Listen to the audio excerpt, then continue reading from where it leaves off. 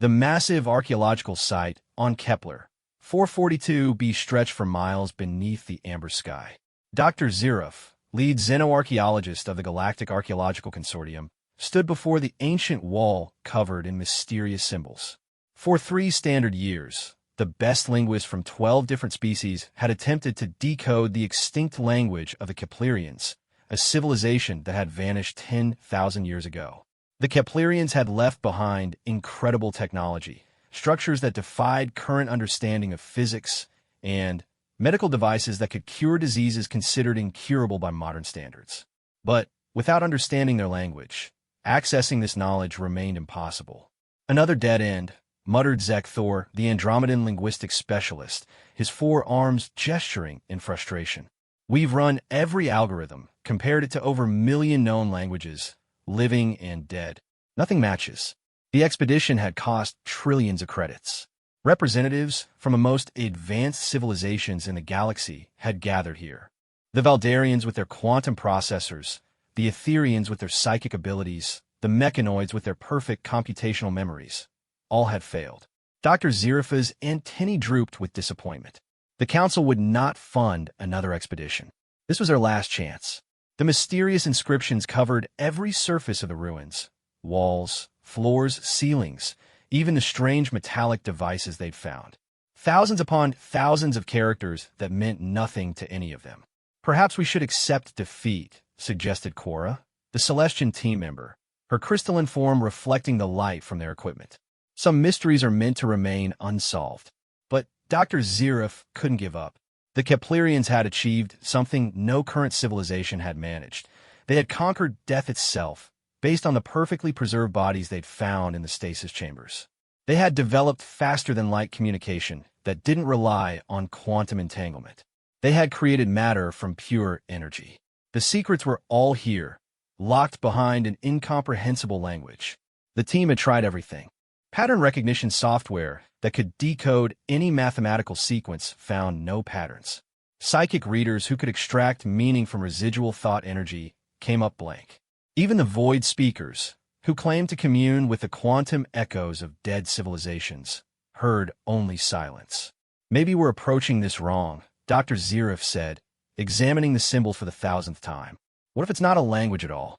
What if it's music? Or mathematical formulas? Or chemical structures? They had considered all these possibilities. The symbols didn't correspond to any known musical notation system. They didn't follow mathematical principles. Chemical analysis revealed they weren't molecular diagrams. The expedition camp had grown into a small city over the years. Scientists from across the galaxy had made this their home, dedicating their lives to solving the mystery. Some had grown old here, passing their research to younger generations. The obsession had consumed entire careers. Dr. Zirov walked through the main hall of what they believed to be a library or archive. The walls rose 100 feet high, every inch covered in the mysterious text. Sometimes she felt like the symbols were mocking them, holding their secrets just out of reach. Dr. Zirov called Medic Yilna over the communication system. The human observer has arrived. Humans. Dr. Zirov suppressed a sigh. Earth had only achieved faster-than-light travel 50 years ago. They were newcomers to the galactic community, still considered primitives by most standards. The Council had required every member species to send a representative, but nobody expected the human to contribute anything meaningful. Dr. Zirov had read about humans. They were bipedal mammals with no natural advantages, no psychic abilities, no enhanced computational capacity, no ability to see beyond the visible spectrum. They couldn't even regenerate lost limbs.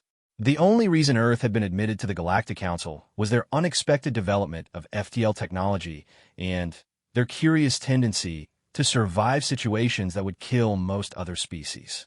She made her way to the landing pad where a small human shuttle had touched down. The human who emerged was unremarkable, average height for a species, wearing a simple expedition suit, carrying a standard equipment pack. His name tag read, Dr. Marcus Chun, Earth Linguistic Division. Welcome to Kepler, 442b, Dr. Chun, Dr. Zirov said, trying to sound more enthusiastic than she felt. I'm afraid you've arrived at a difficult time. We're preparing to acknowledge defeat. The human looked around with obvious excitement, seemingly oblivious to the dejected atmosphere. Incredible. I've read every report. The architecture, the preservation, the technology, it's beyond anything I imagined. Yes, well, it will remain beyond our understanding, Dr. Zirov said. The language has defeated our best minds. May I see the inscriptions? Dr. Chun asked eagerly. Dr. Zirov led him to the main hall, expecting the usual reaction, overwhelming, oft followed by crushing realization of the task's impossibility. Instead, the human walked slowly along the wall, head tilted, occasionally stepping back for a wider view. Fascinating, he murmured. The character structure, the spacing, the repetition patterns. We've analyzed all of that, Dr. Zirov said patiently. Our computers have identified every repeated sequence, every possible pattern. There's no linguistic key. Dr. Chen wasn't listening. He had pulled out a primitive scanning device, Earth technology, practically ancient by galactic standards, and was running it over the symbols. He muttered to himself in his native language, which Dr. Zirov's translator couldn't quite catch. For hours, the human wandered through the ruins, ignoring offers of food and rest. He studied inscriptions on doorways, examined text on the strange devices, even looked at the writing carved into decorative pillars. The rest of the team watched with a mixture of amusement and pity. They remembered their own initial enthusiasm before reality crushed it. As the amber sun began to set, Dr. Chen finally returned to the main hall where the team had gathered for their evening briefing. His eyes were bright with something that looked dangerously like understanding. I need to check something, he said, pulling out a data pad and typing rapidly. Do you have high-resolution scans of all the inscriptions? Everything you found. Of course, Zekthor said, transferring the files. Millions of images. Though I don't see what good, Dr. Chun was already absorbed in his pad, fingers flying across the screen. He pulled up image after image, zooming in, comparing, nodding to himself. The team watched in bewilderment as he worked, occasionally laughing softly or shaking his head. Impossible, he muttered. But it fits. It all fits. What fits? Dr. Zirov demanded, her patience wearing thin. She had seen too many false hopes over the years. Dr. Chun looked up, and his expression was one of barely contained amusement. Tell me, has anyone on your team studied ancient Earth languages? Why would we? Cora asked. Earth languages have no connection to Latin, Dr. Chen interrupted. Specifically, classical Latin, dead language on Earth for over 2,000 years, used by an ancient civilization called the Roman Empire. The team exchanged confused looks. What possible relevance could a dead language from a primitive planet have to the greatest linguistic mystery in the galaxy? Dr. Chen walked to the nearest wall and pointed to a string of symbols. This says aqua vitae, water of life. And this, he moved to another section, says per aspera ad astra, through hardships to the stars. Silence fell over the hall. Dr. Zirov felt her heart skip a beat. You're saying you can read it? Not exactly, Dr. Chen said, his grin growing wider. I can read some of it, because it's not alien at all. It's Latin, really, really bad Latin. The conference room erupted in chaos. 12 different species all talking at once, voices raised in disbelief, denial, and demand for explanation. Dr. Zirov had to activate the acoustic dampeners to restore order. Explain, she commanded, her voice cutting through the noise. How could an alien civilization 10,000 years old be using an Earth language that's only 2,000 years old? Dr. Chan was still smiling, seemingly enjoying the confusion he'd caused. That's the mystery, isn't it? But look at the evidence. He projected several inscriptions onto the main screen. This symbol group here, Homo sapiens. This one, terra firma. And my personal favorite, he pointed to a long inscription near the ceiling, sic transit gloria mundi, thus passes the glory of the world. Zekthor's four arms waved dismissively. Coincidence. Random symbol combinations that happen to resemble your Earth language. The odds of parallel linguistic evolution would be astronomical, Dr. Chen agreed. If this were parallel evolution. But it's not. It's Latin. Just broken Latin. Like someone learned it from a damaged textbook and filled in the gaps with guesswork. Prove it, demanded Vorash, the Rigelian mathematician. Show us this isn't wishful thinking from a species desperate to contribute. Dr. Chen's expression grew serious. Fair enough. Let me demonstrate. He pulled up a section of text they'd found on what appeared to be a medical device. Your teams identified this as possibly relating to the healing technology, correct? Dr. Zirif nodded. They'd spent months trying to decode those particular symbols, hoping they held the key to the Keplerian medical advances. Watch, Dr. Chen said, highlighting symbols as he spoke. This part here says corpus, body. Then, sanar to heal. But then it gets interesting. The next part should say regeneratio for regeneration, but instead it's spelled wrong, like someone heard the word but never saw it written. They've combined it with what looks like novice, new, creating a portmanteau that roughly means making new again. He moved to another section. This whole passage is instructions for the device. Insert digit here, but they've used digitus, which means finger, when they probably meant numerous for number. The machine wants a numerical code, not an actual finger. Medic Yilna leaned forward, her 6 eyes focused intently. Are you saying we've been misunderstanding the technology because of translation errors made by the Keplerians themselves? Exactly, Dr. Chen said. They were working with a corrupted or incomplete version of Latin. Look at this section about their faster-than-light communication. They call it lux celeritas, light speed, but then add trans in the wrong place. In proper Latin, it would be structured differently. They understood the concepts, but not the grammar. This is absurd, Quora protested, her crystalline form flickering with agitation. You're asking us to believe an advanced civilization built their entire written language on a poorly understood Earth language? How would they even have access to Latin? Dr. Chen's smile faltered slightly. That's the part one can't explain. Yet, but the evidence is undeniable. Would you like me to translate more?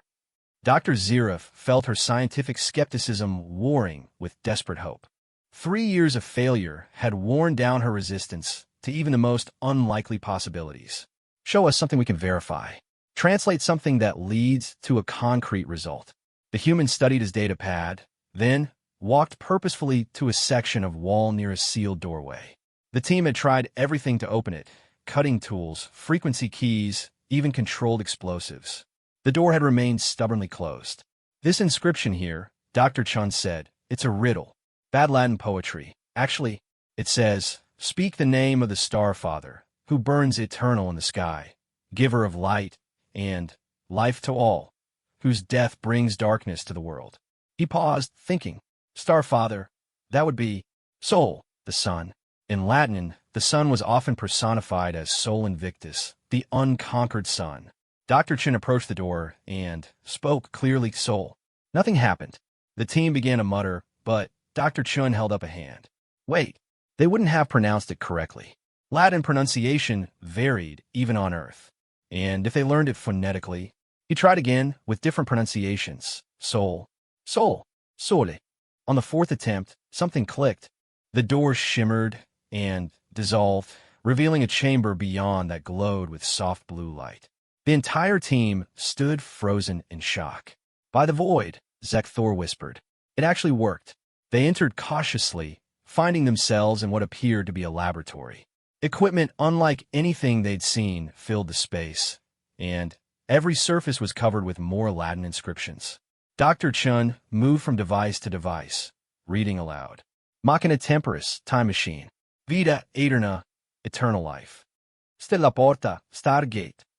His voice grew increasingly excited. This is it. This is their research center. And I can read most of it. Most? Dr. Zirif asked, trying to process the implications. Well, yes. Like I said, it's bad Latin. Really bad. Like someone learned it from fragments and filled in gaps with invented words. Some passages make no grammatical sense. Others use words that don't exist in Latin, but seem to be compounds of Latin roots. Vorash was already examining one of the devices. This appears to be the matter-energy converter we detected. Can you read the operating instructions? Dr. Chin studied the inscriptions carefully. It's creative. They've invented Latin words for concepts that didn't exist in Roman times. Atomus for atom is actually correct, but then they combine it with mutare to change and essentia essence. The instructions are basically saying change the essence of atoms. But does it tell us how? Dr. Zirif pressed. Give me time, Dr. Chan said, already absorbed in translation. Some of these technical terms are going to take work to decode. They've created a scientific vocabulary using Latin roots, but following their own rules. Over the next several hours, the human worked tirelessly, translating inscription after inscription. The team watched in amazement as centuries of mysteries began to unravel. Operating manuals for impossible technologies, medical procedures that could regenerate organs, navigation charts for traversing folded space. But with each translation came more questions. Why Latin? How did the Keplerians know about Earth? And why was their understanding of the language so flawed? Dr. Chun paused at one particular inscription, his face paling. Oh my, what? Dr. Zirif demanded. This section, it's a historical record. It tells their story. But if I'm reading this correctly, he double-checked his translation, then looked up with wide eyes. They claim they didn't develop this technology. They found it, left behind by visitors they call the speaking gods who came from the stars. The speaking gods? Medic Yilna asked. That's the literal translation. But the description, Dr. Chun read further, his voice becoming unsteady. They walked on two legs, spoke the sacred language, and promised to return when the children of Kepler learned to speak as the gods speak. Silence fell over the room as the implications sank in. You're suggesting, Cora said slowly, that humans visited this planet 10,000 years ago. Not modern humans, Dr. Chin said. We've only had spaceflight for less than a century. But he gestured helplessly at the inscriptions. The evidence is here. Someone speaking Latin visited the Keplerians, gave them advanced technology, and left. The Keplerians built their entire civilization trying to preserve and understand the sacred language of their visitors. But they only had fragments, Zek Thor said, understanding beginning to dawn. Perhaps damaged records or incomplete teaching. They did their best to preserve and use what they had, which explains the errors, Dr. Chun continued. They were trying to faithfully reproduce a language they didn't fully understand, like a cargo cult, but with linguistics instead of technology. Dr. Zirif felt her worldview shifting. Everything they thought they knew about galactic history, about the development of civilizations, about humanity's place in the cosmos, it all needed to be reconsidered. There's more, Dr. Chen said, his voice quiet. The final entry in their history. They say the speaking gods warned them of a great danger coming from a void between galaxies. The Keplerians were trying to prepare defenses, to develop weapons. But something went wrong with their experiments with time manipulation. He pointed to the last lines of text. They didn't die out. They displaced themselves in time. The entire species tried to escape to a point where they could meet the speaking gods again. When Dr. Zirif asked, though she suspected the answer, Dr. Chen's translation was barely a whisper. They calculated the return of the speaking gods based on stellar positions. If their math is correct, and accounting for galactic drift. He looked up, meeting her eyes. They jumped forward to approximately 50 Earth years ago, right when humanity developed faster than light travel. The implications of Dr. Chen's discovery sent shockwaves through the archaeological team and beyond. Within hours, emergency transmissions were sent to the Galactic Council, Earth's government, and every major scientific institution in known space. The quiet dig site on Kepler, 442b, transformed into the center of the greatest mystery in galactic history. Dr. Zirif found herself in an emergency holo-conference with the Council's highest officials, trying to explain how a newcomer species might somehow be connected to an ancient civilization that vanished millennia before humans achieved spaceflight. The evidence is incontrovertible, she reported, still struggling to believe her own words. The human linguist has successfully translated thousands of inscriptions. We've activated dormant technologies, accessed historical records, and uncovered technical manuals that our best scientists are still trying to comprehend, all written in a corrupted form of an ancient Earth language. High Counselor Thexura, whose species had led the galaxy for 3,000 years, emanated waves of skepticism through the hollow projection. You're asking us to believe that humans, who still used combustion engines a century ago, somehow visited the Keplerians 10,000 years past? It's more likely this is an elaborate hoax. Then, explain this, Dr. Zirif countered, transmitting the data from their discoveries.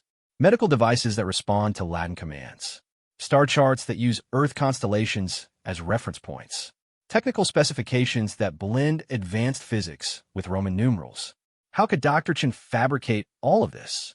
Meanwhile, Dr. Chun worked feverishly in the Keplerian laboratory, translating operating manuals with growing excitement and concern.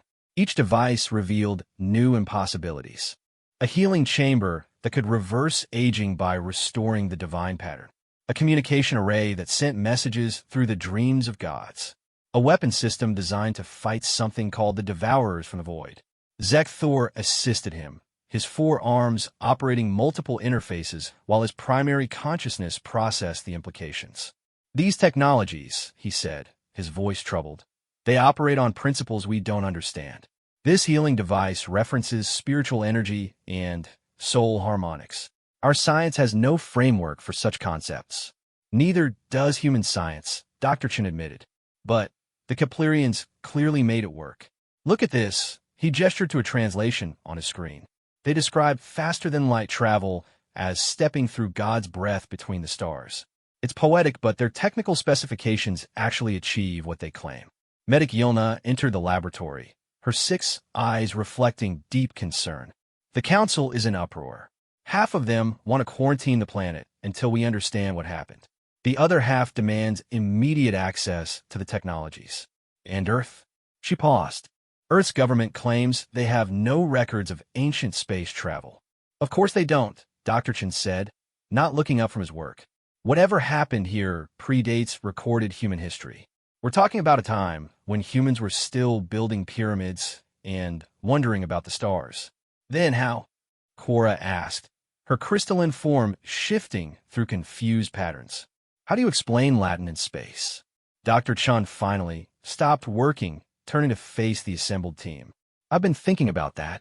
What if we're looking at this backwards?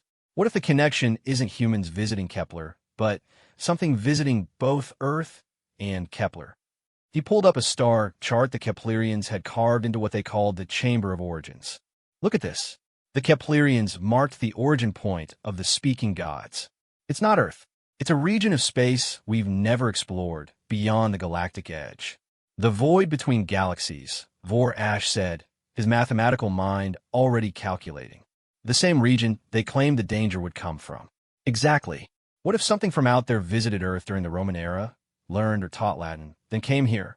The Keplerians received fragments of the language and built their entire civilization around it, while Earth forgot. Dr. Zirifa's communicator chimed urgently. More teams were arriving from across the galaxy, including a full diplomatic convoy from Earth. Everyone wanted answers that they didn't have. Over the following days, the site became a nexus of frantic activity. Scientists worked around the clock, translating inscriptions, while engineers attempted to understand technologies that seemed to operate on impossible principles. Each breakthrough raised new questions. The matter-energy converter worked, but only when operators spoke specific Latin phrases with what the manual called proper spiritual intent. The healing chambers required not just biological samples, but something the Keplerians termed memoria vitae, memory of life. The stargates could fold space, but navigation required singing the harmonies of creation in corrupted Latin verse. Dr. Chun found himself at the center of it all, the only person who could unlock the Keplerian secrets. He worked until exhaustion forced rest, then dreamed of Latin words dancing with alien symbols. On the 5th day, he made a discovery that changed everything. I found it, he announced to the assembled team, his voice hoarse from constant translation. The Keplerians' final message. The one they left for the speaking gods when they jumped through time. The main screen displayed a massive inscription the Keplerians had carved into the planet's bedrock, visible only from orbit. Dr. Chun had needed 3 days to fully translate it. To those who gave us words and wisdom, we have failed, he read. The enemy you warned against has found us. They consume thought and memory, leaving only emptiness. We cannot fight what we cannot remember. Our weapons turn to dust in our hands. Our shields forget their purpose. We have learned the danger of incomplete understanding. Your words, though sacred, were not enough. We needed your presence, your guidance, your full knowledge. In desperation, we flee through time to find you again. If you read this, Know that we succeeded in our journey, but perhaps not our purpose. Seek us where Earth's sun sets and rises eternal. We wait in tomorrow's yesterday, hoping your full language can save us from the silence that devours. The Void Hunters grow stronger. They have tasted our minds and found pathways to your words. Guard your memory. Trust not the familiar stranger. When the stars forget their names, the end begins. We are the children of your whispers, incomplete, but faithful. Find us. Teach us. Save us from the hunger that comes. Silence greeted the translation's end. The implications were staggering. An enemy that consumed thought and memory. The Keplerians fleeing through time. A warning about something learning human language through them. Where Earth's sun sets and rises eternal, Vorash repeated. A location riddle. The Terminator line, Dr. Chun said quietly. The boundary between day and night. On a tidally locked planet, it never moves. We need to find a tidally locked world visible from Earth. Tomorrow's yesterday, Medic Yilna added.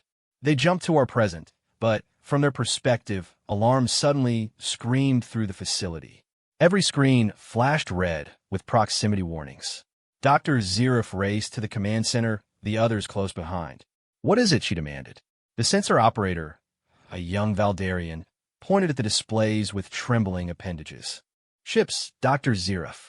Massive ships appearing from nowhere. They're not using any FTL method we recognize. The view screen showed vessels emerging from what looked like tiers in space itself. Enormous constructs of impossible geometry that hurt to perceive directly. They moved without visible propulsion, approaching Kepler 442b with inexorable purpose. Are they Keplerian? Someone asked hopefully. Dr. Chun stared at the ships, his face pale. No. Look at the energy signatures. The Keplerians described the Void Hunters as silence that devours. These ships, they're broadcasting on every frequency, but the signals carry no information. Just emptiness. They found us, Quora whispered. The enemy the Keplerians fled from. They found us. Communication attempts failed. The strange vessels didn't respond to any hails in any language. They simply advanced, their non-signals growing stronger, beginning to interfere with equipment and thought alike. We need to evacuate, Dr. Zerif ordered. Everyone to the ships. Take all the data we can carry. But Dr. Chin wasn't listening. He stood transfixed by a new realization, staring at the Keplerian inscriptions with growing horror. Oh no. No. What? Dr. Zerif grabbed his shoulder. The weapon systems. The ones designed to fight the Void Hunters. I've been translating the warnings wrong. They don't say, speak the words to activate. They say the words themselves are activation. The Keplerians built weapons into their language. Every phrase, every inscription, they're all primed defenses waiting for the right trigger. Then we can fight. No. Dr. Chin interrupted. Don't you see? I've been speaking the words aloud, reading them, teaching them, broadcasting them. I've been arming 10,000 years of dormant weapons without knowing it. And now, with the enemy here, the planet shuddered.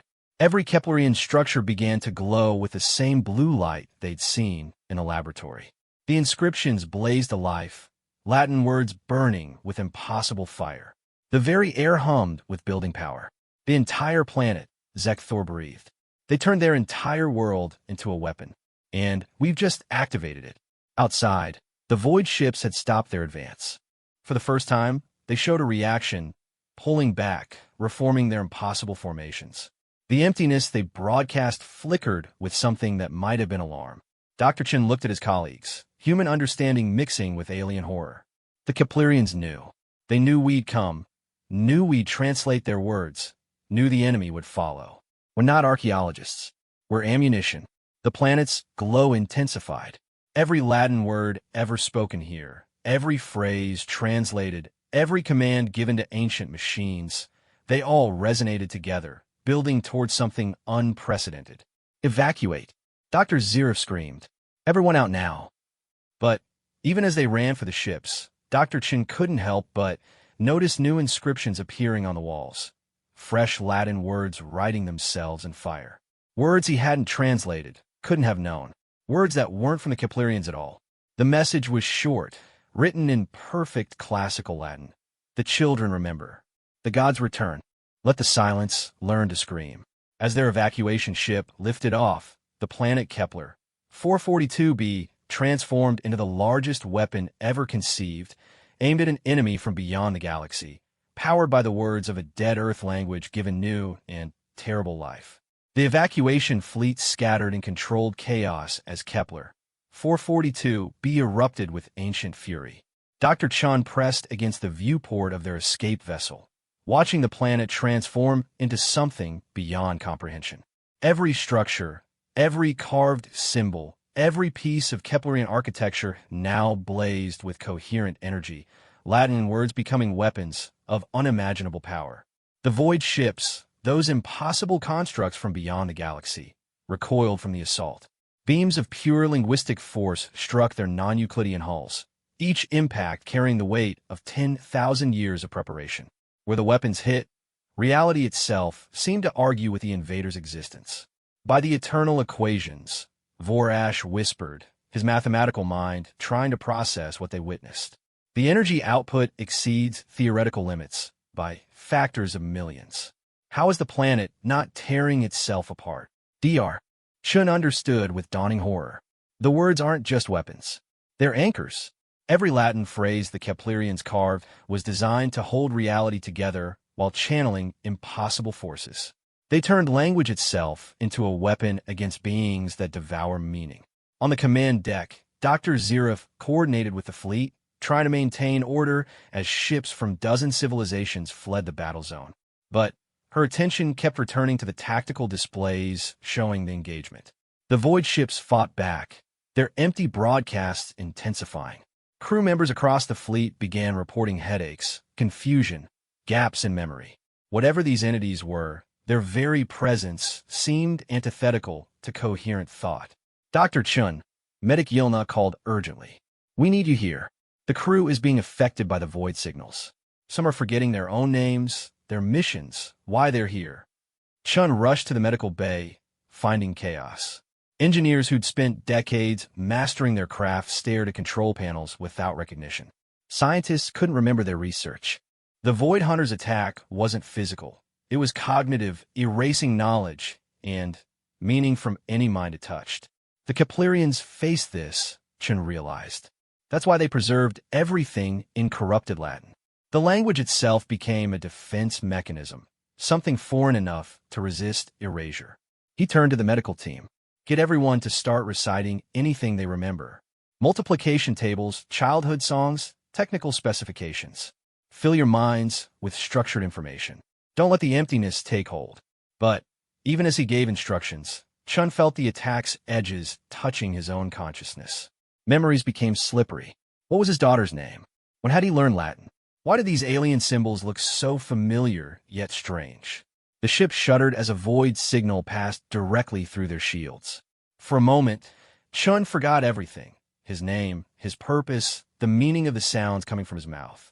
Then, like a lifeline in drowning darkness, Latin words surfaced, cogito, ergo sum. I think, therefore I am. The simple phrase burned through the emptiness, restoring his sense of self. Around him, others who heard it gasped as their own memories stabilized. The corrupted Latin of the Keplerians had become their shield. Everyone, Chun shouted. Latin phrases now. Anything you learned from the inscriptions. Speak them aloud. Across the ship, voices rose in broken, mispronounced Latin. The medical bay filled with a cacophony of ancient words given new purpose. The void's assault weakened, unable to fully grasp minds armed with a language it didn't understand. Through the chaos, Dr. Zerif's voice crackled over intercoms. All ships, emergency jump coordinates incoming. We're regrouping at Sanctuary Station, Sector 77 Alpha. But Chun barely heard her. His attention fixed on something impossible happening on the primary display. New ships were emerging from hyperspace. Not the geometric nightmares of the Void Hunters, but vessels of elegant design that somehow seemed both ancient and impossibly advanced. Those aren't Keplerian, Zekthor said, his four arms gesturing in confusion. The design philosophy is completely different, almost familiar. Chun stared at the ships, recognition dawning. The hull markings, the architectural style, the way they move through space. It all resonated with something deep in human cultural memory. Roman eagles, he whispered. Those ships are decorated with Roman eagles. Before anyone could respond, communication channels flooded with a transmission that made every universal translator in the fleet spark and fail. Pure, classical Latin filled the airways, not the corrupted dialect of the Keplerians, but the language as it had been spoken in ancient Rome. Chun listened in stunned disbelief as he translated.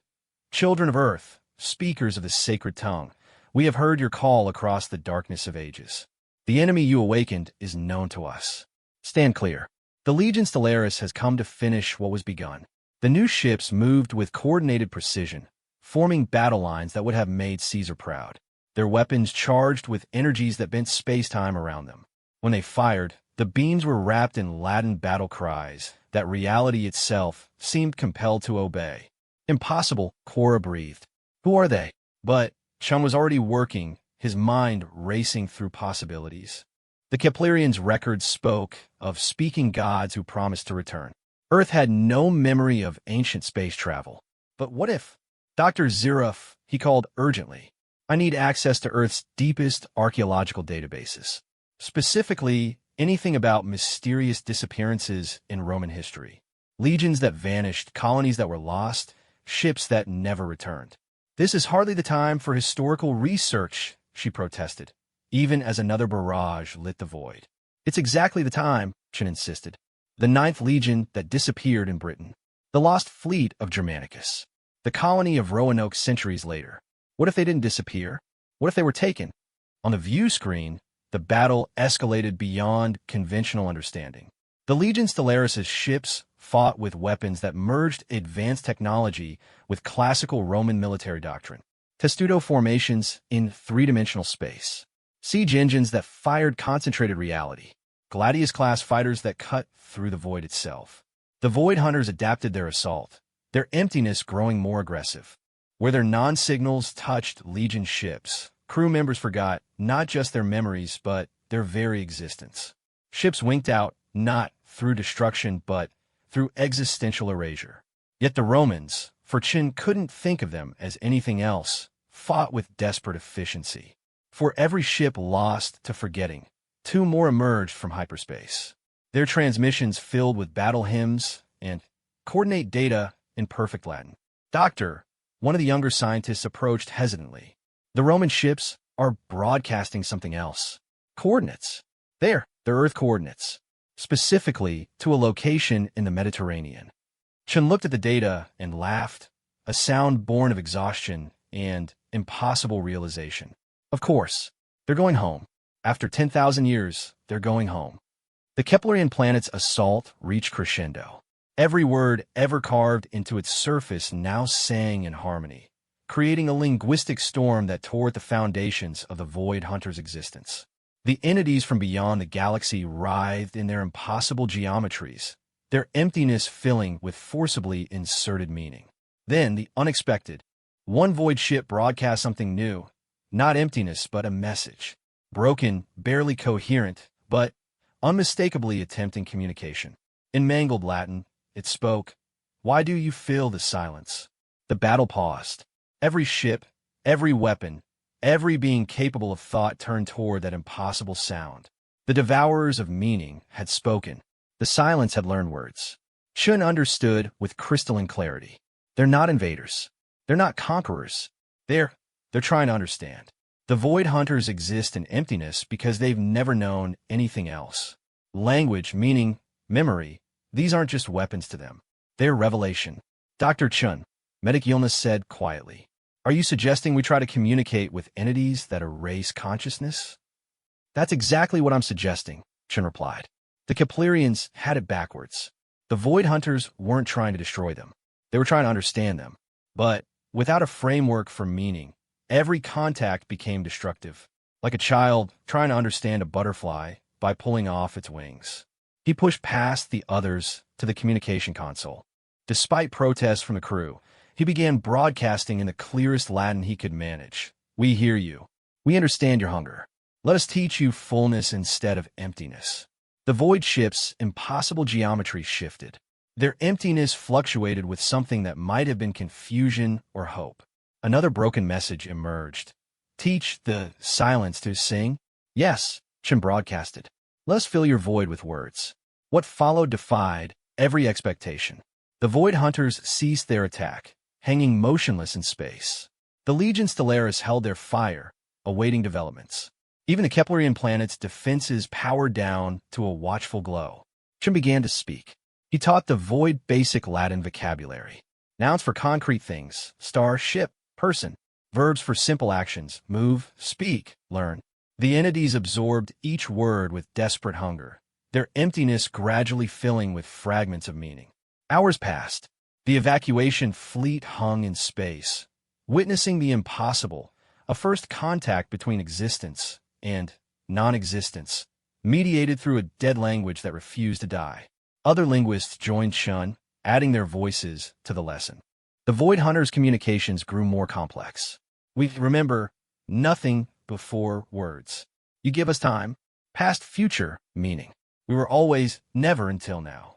They exist outside conventional reality, Vorash whispered in awe. No wonder they seem to devour meaning. They're trying to anchor themselves to our universe through language. One of the Roman ships transmitted a tight beam message to Chen. The commander identified himself as Legatus Marcus Aurelius Stellaris, a name that should have been dust for millennia. You understand what we could not, young speaker. For 10,000 years, we've fought the void, never realizing a hungered not for destruction, but for definition. How? Chen asked simply. How are you here? How did Romans reach the stars? We were chosen, the Legatus replied. Taken by those who came before, trained to be guardians against the hungry dark. We've waited generation after generation for Earth's children to find their voice among the stars. The Keplerians were our first attempt to seed the galaxy with linguistic defenses. Imperfect, but ultimately successful. And now? Chen asked. Now we have a choice. Destroy the Void Hunters and face them again in another 10,000 years, or the transmission paused, or teach them to be something other than hunger. The decision, ultimately, wasn't Chen's alone.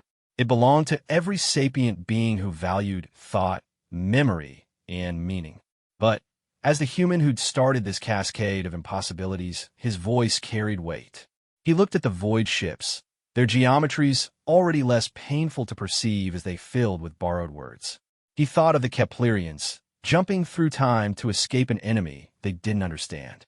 He considered the Romans, standing guard for millennia against a threat that might not have been a threat at all. We teach them, Chen decided. We fill the silence with every word we know. And so began the strangest education in galactic history. Ships designed for war became classrooms. Weapons meant to preserve meaning transformed into tools of communication. The Void Hunters proved to be eager students, their hunger for understanding matched only by their joy at each new concept grasped. The Keplerian planet, its purpose fulfilled in ways its builders never imagined, powered down its defenses. Somewhere in time, an entire species waited to be found and told their sacrifice had meaning beyond their dreams. The Legion Stellaris established protective formations around the teaching fleet. Their commander's final message to Chen carried the weight of ages. You've done what we could not, turned fear into understanding. Perhaps now we can finally go home. As the first void ship successfully conjugated a Latin verb, Chen allowed himself a moment of exhausted satisfaction. A dead language from Earth had become the galaxy's salvation. Bad grammar had saved civilization. And somewhere in the cosmos, silence was learning to sing. The universe, it seemed, had a sense of humor about its miracles. 6 months had passed since the Battle of Kepler, 442b, though historians would argue for centuries about whether battle was the right word for what had transpired. The galaxy had fundamentally changed. Reality itself had been forced to accommodate new possibilities. Dr. Marcus Chun stood in the newly constructed linguistic exchange station orbiting Earth, watching through vast transparent steel windows as another void ship materialized from its realm beyond conventional space. The entity's geometry had stabilized into something almost comprehensible, still alien, but no longer painful to perceive. Latin inscriptions decorated its hull, each word a voluntary anchor to physical reality. Magnus Discipulus arriving for advanced lessons in metaphorical language, his assistant announced. Chun smiled at the name, great student, that this particular void entity had chosen for itself. The creature's joy in naming themselves had been unexpected and, oddly, touching. Tell Magnus we'll be working on idioms today, Chun replied. It's still struggling with phrases that don't mean what their individual words suggest. The galaxy's transformation had been remarkable. The Void Hunters, now calling themselves the Sileni, the speaking silences, had proven to be extraordinary students. Their existence outside conventional space-time gave them unique perspectives on language and meaning. They could see etymological connections across millennia, trace the evolution of concepts through cultures, and understand linguistic patterns in ways that revolutionized xenolinguistics. More surprisingly, they'd begun teaching in return. Their perception of reality included dimensions of meaning that physical beings had never imagined. Words could carry weight across time. Sentences could bridge parallel universes. Grammar could literally reshape local reality if properly constructed. The door to Chen's office chimed. "Come in," he called, not turning from the window. Dr. Zirif entered, her bearing showing none of the exhaustion that had marked their escape from Kepler. "The Council sends their regards," she said. "And another commendation. You're running out of wall space." Chen laughed. "They can keep their medals. I'm more interested in the Keplerian situation. Any progress?" "The Legion Stellaris located them yesterday," Zirif reported, her antennae quivering with excitement. "They successfully jumped forward to our time, just as their message claimed. An entire civilization of 12 billion, scattered across 7 systems in the Vela sector. They've been waiting for us. Waiting for their gods to return," Chen mused. "How are they handling the disappointment?" "That's just it. They're not disappointed. If anything, they're relieved." The legatus met with their leaders and explained everything. The Keplerians are thrilled to learn their linguistic preservation helped save the galaxy. They're already applying to join the Galactic Council and establish a xenolinguistic university. Through the window, Chen watched as Magnus Discipulus carefully practiced docking maneuvers. The void ship's movements had become almost graceful, each action accompanied by whispered Latin phrases that helped it maintain physical coherence. Other void entities floated nearby in what they called study groups, sharing new words and concepts through means that still defied scientific understanding. "And the Legion?" Chen asked. "Have they made contact with Earth?" Zirifa's expression grew complicated. "That's ongoing. Earth's governments are struggling with the idea that the Roman Empire never truly fell, but instead expanded to the stars. The Vatican is having theological discussions about Latin being a literally sacred language. Historians are rewriting everything." "I imagine they are." Chun pulled up a holographic display showing the latest linguistic data. "Did you know the void entities have started creating their own words? Compounds of Latin roots that describe concepts we don't have terms for. There's a whole vocabulary emerging for thoughts that exist in multiple timelines simultaneously." Speaking of timeline complications, Zirif said, producing a datapad. "The temporal physicists have confirmed the Keplerians' jump created stable paradoxes. Effects preceding causes. Events that happen because they will happen. The universe is accepting it all because the linguistic framework makes it comprehensible." Chen nodded. He'd been working with the physicists, trying to understand how language could override causality. The answer seemed to be that reality, at its deepest level, was more about meaning than mechanics. If you could describe something coherently, the universe would find a way to accommodate it. A chime indicated an incoming transmission. The holographic projector activated, revealing Legatus Marcus Aurelius Stellaris. The Roman commander looked tired but satisfied, his armor bearing new decorations that somehow incorporated both ancient symbols and impossible geometries. "Dr. Chun," the legatus greeted formally. "I bring news from the Senate Stellaris. We voted to reveal ourselves fully to Earth. Our ships will arrive at Rome in 7 days. We thought you should know first." "Rome?" Chen asked. "Not New York or Geneva." The commander smiled. "We've been gone for 10,000 years, Doctor. We're going home. The Eternal City will receive her lost legions as she always has, with ceremony, questions, and probably significant amounts of wine. The world will change," Chen warned. "Humanity's entire self-concept will shift." "As it should," the legatus replied. We've hidden in the shadows long enough, protecting Earth from threats you couldn't comprehend. Now our siblings have found their own strength. It's time for reunion. The transmission ended, leaving Chun and Zeruf in contemplative silence. Outside, Magnus Discipulus had successfully docked and was transmitting excited messages about understanding the metaphor docking is like a dance. Other void entities clustered around, eager to learn this new comparison between disparate concepts. There's something else, Zeruf said eventually. The deep space monitors have detected new signals from beyond the galactic edge. Not void hunters, something else. The patterns suggest another type of entity entirely. And, Dr. Chun, they're using what appears to be ancient Sanskrit. Chun felt a chill run down his spine. Sanskrit? You're certain? The linguistic algorithms are 90% confident. Whatever's out there has been listening to our transmissions, our lessons with the void entities. They're trying to communicate using Earth languages. The implications staggered him. How many times had Earth been visited? How many human languages have been seeded among the stars? Were all of humanity's ancient tongues actually defensive mechanisms left by civilizations they'd forgotten? His contemplation was interrupted by an alert from the teaching chamber.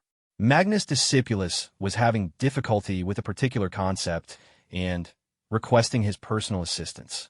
The void entity had been struggling with humor, unable to grasp why humans found certain word combinations amusing. Duty calls, Chen said, heading for the door. A creature from beyond space-time needs help understanding puns. Zeruf followed him through corridors lined with linguistic displays. Human languages, alien scripts, and the emerging void speech all mingled in a celebration of communication. Do you ever wonder if we've made things better, or just more complicated? Both, Chen answered without hesitation. But that's what language does. It takes the incomprehensible and makes it shareable, even if the sharing creates new incomprehensions. They entered the teaching chamber where Magnus Discipulus waited, its form rippling with anticipation. The entity had manifested something approximating eyes, though they existed in 7 dimensions, and occasionally forgot which direction was forward. Teacher Chun, the void entity, transmitted in perfectly pronounced Latin, followed by broken English it was still learning. I am how you say stuck? This concept of humor eludes my grasp understanding. Let's start simple, Chun suggested, settling into his teaching role. Why did the chicken cross the road? To reach the opposite spatial coordinates. Magnus replied eagerly. But why is this causing of amusement? Chickens cross roads for many practical reasons. Chun exchanged glances with Zeruf. Teaching humor to beings who existed outside conventional reality was proving to be the greatest challenge yet. But then again, if bad Latin could save the galaxy, perhaps bad jokes could bridge the gap between existence and void. The amusement, Chen explained patiently, comes from the expectation of a complex answer receiving a simple one. The humor is in the subversion of anticipation. Magnus processed this, its form shifting through spectrums invisible to human eyes. Like when void expects emptiness but finds words instead. Surprise meaning creates joy understanding. Exactly. Chen couldn't help but smile. The entity was beginning to grasp not just language but the culture embedded within it. As the lesson continued, Chen reflected on the strange path that had brought them here. A misunderstood inscription, a dead language refusing to stay buried, an enemy that had only wanted to understand. The universe, it seemed, ran on communication as much as on physics. His wrist display chimed with a priority message. The Keplerians had successfully activated one of their temporal communication devices, receiving a message from their past selves. The message was simple. The plan proceeds. The speakers have found us. Language prevails. Causality might complain, but meaning had won. Later, as Chun watched the sun set over Earth through the station's windows, he thought about all the languages humanity had birthed and lost. Each one a tool, a weapon, a bridge to understanding. Somewhere in the void, former hunters now composed poetry in broken Latin. Across the galaxy, Roman legions prepared to march home after millennia. In the Vela sector, Keplerians celebrated their successful leap through time. And, approaching from beyond the galaxy's edge, something new sang in Sanskrit, adding its voice to the cosmic chorus. The extinct language had never been interpreted until the human chuckled and said, "It's simply poor Latin." But that misunderstanding had saved everyone. Bad grammar had become a universal translator. Corrupted words had built bridges between incompatible realities. Chin pulled up his personal log and began dictating in Latin, proper Latin, not the Keplerian variant. Personal note: remember to thank my high school Latin teacher, Mrs. Rodriguez. She always said dead languages could take you places. She never mentioned those places included other dimensions, but the principle stands. You know, Zirif commented, reading over his shoulder, this entire situation started because humans are apparently the only species that preserves languages nobody speaks anymore. Every species preserves their past somehow, Chin replied. We just do it in words. And sometimes, he gestured at Magnus Discipulus, who was now attempting to compose a knock-knock joke in void speech. Those words refused to stay in the past. The galaxy had been saved by mistranslation, defended by bad grammar, and united by linguistic confusion. The universe had revealed itself to be far stranger and more wonderful than anyone had imagined. And at the center of it all, a dead language lived on, spoken by Romans among the stars, aliens displaced in time, and entities learning to exist through vocabulary. The age of silence had ended. The age of conversation had begun. And somewhere in the cosmic noise, if you listen carefully, you could hear the universe itself learning to speak in badly conjugated Latin verbs and joyfully mispronounced nouns. Dr. Marcus Chun closed his log with a final thought. In the beginning was the word. Nobody mentioned it might be misspelled. The stars continued their eternal dance, but now they did so to a soundtrack of voices in every language ever spoken, ever lost, ever found again. The extinct language had been interpreted, and the human who chuckled at poor Latin had accidentally taught the cosmos how to laugh.